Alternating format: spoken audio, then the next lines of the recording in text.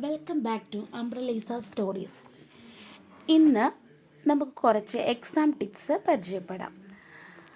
ഇപ്പോൾ കുട്ടികൾക്കൊക്കെ എക്സാം നടക്കുവാണല്ലോ, അപ്പോൾ അവർക്ക് പ്രയോജനപ്പെടുന്ന രീതിയിലുള്ള കുറച്ച് സ്റ്റഡി ടിപ്സാണ് ഞാൻ ഇന്ന് നിങ്ങൾക്ക് പരിചയപ്പെടുത്തി തരുന്നത്. സ്റ്റഡി ടിപ്സിൽ നമ്മൾ ആദ്യമായിട്ട് ചെയ്യേണ്ട കാര്യം, ഫസ്റ്റ് നമ്മൾ ചെയ്യേണ്ടത് ഒരു സ്റ്റഡി റുട്ടീൻ ക്രിയേറ്റ് ചെയ്യുക എന്നുള്ളതാണ്. സ്റ്റഡി റുട്ടീൻസിൽ വരിക എന്ന് പറയുന്നത് നമ്മൾക്ക് അവൈലബിൾ ആയിട്ടുള്ള ടൈം അനുസരിച്ച് നമ്മളൊരു റുട്ടീൻ ക്രിയേറ്റ് ചെയ്യുക.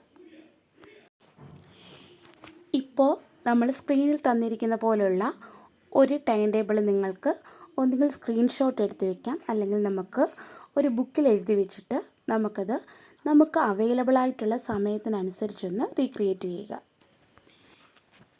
ഇനി നമുക്ക് സ്റ്റഡി ടിപ്സിലോട്ട് കിടക്കാം.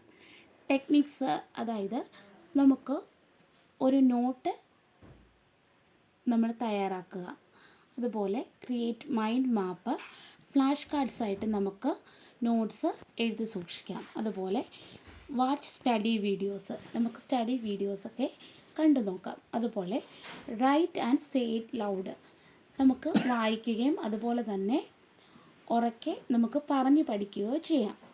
ക്രിയേറ്റ് എ സ്റ്റഡി പ്ലാൻ, അത് നമ്മൾ ആദ്യം പറഞ്ഞിട്ടുള്ള കാര്യം തന്നെയാണ്. ആദ്യം തന്നെ നമ്മൾ സ്റ്റഡി പ്ലാൻ തയ്യാറാക്കി വെക്കണം. അതുപോലെ നമ്മൾ പാർട്ടിസിപ്പേറ്റ് ഇൻ ക്ലാസ്, പ്രോപ്പറായി നമ്മൾ ക്ലാസ്സുകൾ അറ്റൻഡ് ചെയ്യണം. അടുത്തതായിട്ട് നമുക്ക് സ്റ്റഡി ടിപ്സിലോട്ട് കിടക്കാം. ഒന്നാമതായിട്ട് set up a comfortable study space, അത് വളരെ ഇമ്പോർട്ടൻ്റ് ആയിട്ടുള്ള കാര്യമാണ്. നമ്മൾ സ്റ്റഡി ചെയ്യുന്നതിന് മുമ്പായിട്ട് തന്നെ ഒരു കംഫർട്ടബിളായിട്ടുള്ള സ്റ്റഡി സ്പേസ് ഉണ്ടാക്കിയെടുക്കണം. അടുത്തത് മിനിമൈസ് ഡിസ്ട്രാക്ഷൻസ് പരമാവധി നമ്മൾ ഒഴിവാക്കണം. അതായത് മൊബൈൽ പോലുള്ള കാര്യങ്ങളൊക്കെ നമ്മൾ കഴിവതും ഒഴിവാക്കുക. Stick to a schedule, use active recall, take regular breaks. നമുക്ക് പഠിക്കുന്ന സമയത്ത് നമുക്ക് ചെറിയ ചെറിയ ഇടവേളകൾ നമുക്ക് നൽകാം.